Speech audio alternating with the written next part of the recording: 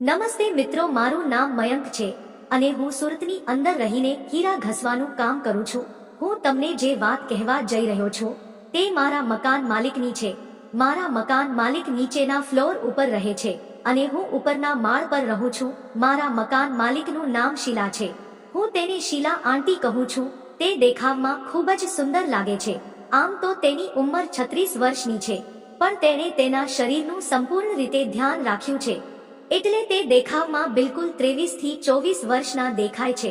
પહેલા દિવસથી હું અહીં આવ્યો ત્યારથી મને તે ખૂબ જ ગમવા લાગ્યા હતા અને તે પણ મારી સાથે ખૂબ જ પ્રેમથી વાતો કરતા હતા।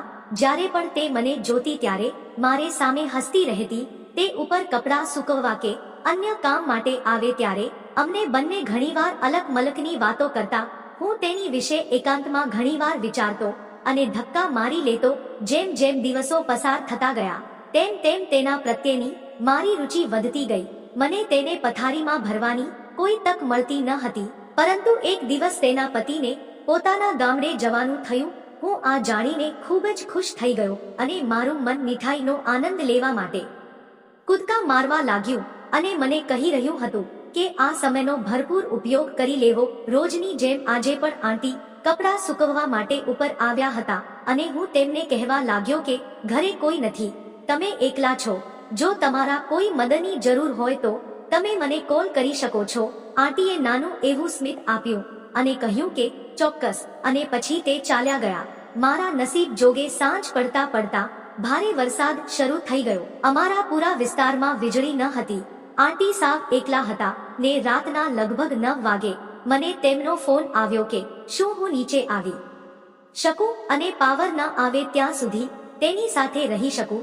મેં ખુશીથી તેની વાતમાં હા પાડી અને નીચે ગયો। મને તેણે સ્મિત સાથે આમંત્રણ આપ્યું અને સોફા પર બેસવાની ઓફર કરી અને બંને એ વાતચીત શરૂ કરી। હું મારું નસીબ અજમાવવા માંગતો હતો।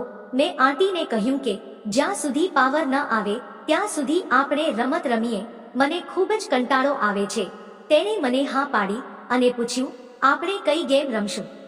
મેં કહ્યું કે આ રમત ખૂબ જ સરળ છે, પરંતુ જે કોઈ હારે તેણે વિજેતા જે કંઈ કહે તે કરવા માટે તૈયાર રહેવું। આંટીએ એક સેકન્ડ માટે વિચાર્યું અને કહ્યું, ઠીક છે। મને મનમાં લાગ્યું કે મેં મારી 50% બાજી જીતી લીધી છે। અમે પત્તાથી રમવાનું શરૂ કર્યું। લગભગ 20 મિનિટ ગેમ ચાલી અને અંતે હું જીતી ગયો। હવે શરત પ્રમાણે મારે તેમને કાર્ય કહેવાનું હતું। આંટીને મેં કહ્યું કે તમારે મારી સાથે મજા કરવાની જરૂર છે। આ સાંભળીને તે ચોંકી ગયા અને હું પણ ડરી ગયો, કારણ કે તે કેવી પ્રક્રિયા આપશે તને મને ખ્યાલ ન હતો। પછી મેં તેના ચહેરા પર એક અલગ પ્રકારનું સ્મિત જોયું અને તે મને કહી રહ્યું હતું કે આંટી મોજ મસ્તી કરવા માટે તૈયાર છે અને તે મારી નજીક આવીને બેસી ગઈ અને મારા કાનમાં આવીને કહેવા લાગ્યા કે ચાલો અંદર જતા રહીએ। તેણે મારો હાથ પડ્યો અને મને અંદર લઈ ગયા અને આ ઠંડીની અંદર મોજ મસ્તી કરવી તે પણ યોગ્ય સમય છે। અને પછી જે કાંઈ થયું મિત્રો એ સાંભળવા માટે વિડીયોને લાઈક અને ચેનલને સબસ્ક્રાઇબ જરૂર કરી દેશો। ફરી મળશું નવા વિડીયોમાં, ત્યાં સુધી આવજો। તમારો ખૂબ ખૂબ ધન્યવાદ।